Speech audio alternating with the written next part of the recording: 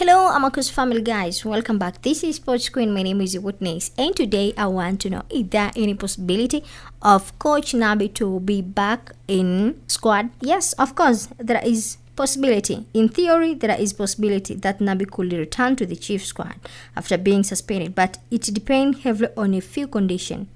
First, what is going on now? Nabi was suspended by chief related to an issue with his coaching license. His UEFA Pro license and had expired, and he didn't have a real license to sit on the bench on CAF Interclub match. We know they play first match without Nabi. The club report offered him early termination of his contract while suspension was in place. Chief have said discussions are ongoing with Nabi. Some reports suggest the relationship has deteriorated and chiefs appear to be prepared for the move on. So, condition for the possible return, license qualification issue resolved. He will need to renew and validate his coaching license so that he is eligible under CAF UEFA rules. Without that, he cannot legal coach at the required level. Agreement with the chief management, the club would have to be willing to reinstate him instead of terminating his contract or replacing him. Contractual legal settlement, if there is dispute or termination under negotiation, it may require legal or financial settlement before reinstatement.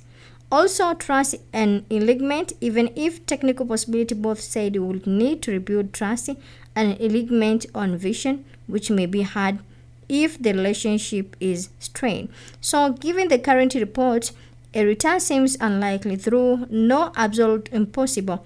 The license issue is a major structural obstacle. Even if Chief wanted him back, if CAF or the league won't allow him on the bench without a valid license, this blocks full function return. Also, the report about ongoing parties aways and contract termination suggests that both sides may be moving toward a permit split. Whether Nabi was a bad coach is a bit subjective and depend on several factors. Facing performing result, Kaizer Chief and Nabi had some mixed results. They were competitive in the league and cup competition, but didn't quite secure major trophies during his tenure. Some fans and analysts felt the team lacked consistent and clear tactical identity at times.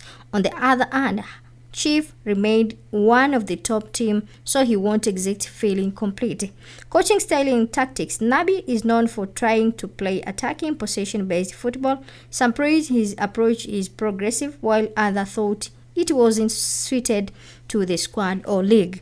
Also, tactical choice, a question faced criticism from fans and media. External factor. The license issue had his reputation, but it was more in administrative overseas than reflecting for the coaching skills. Relationship with the club management report becomes strained, which may have impacted perform and support.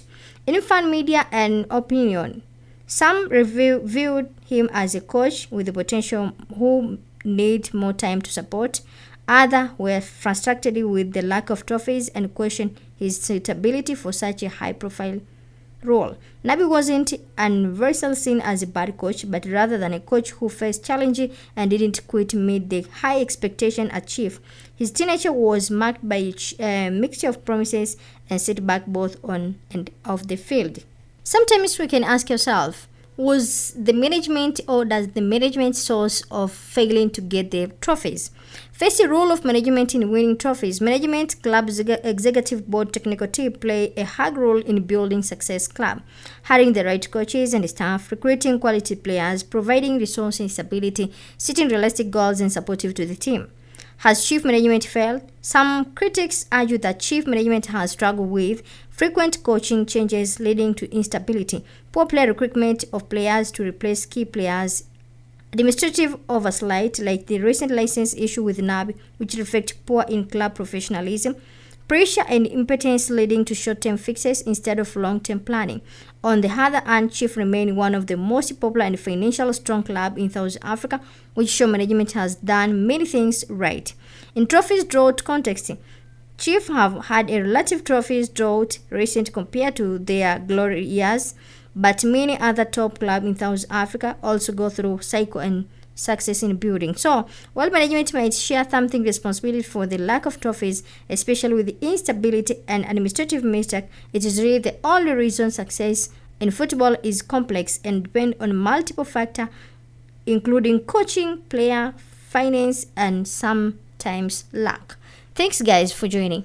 Let's see if Nabi can back this black and gold, or he can live forever. But by the way, we wish him all the best, and let's see who will be the next coach. But I think this issue of changing different coach, it sometimes make us to fail. But let's see what the management will decide. Guys, don't forget to subscribe, like, and enjoy the video.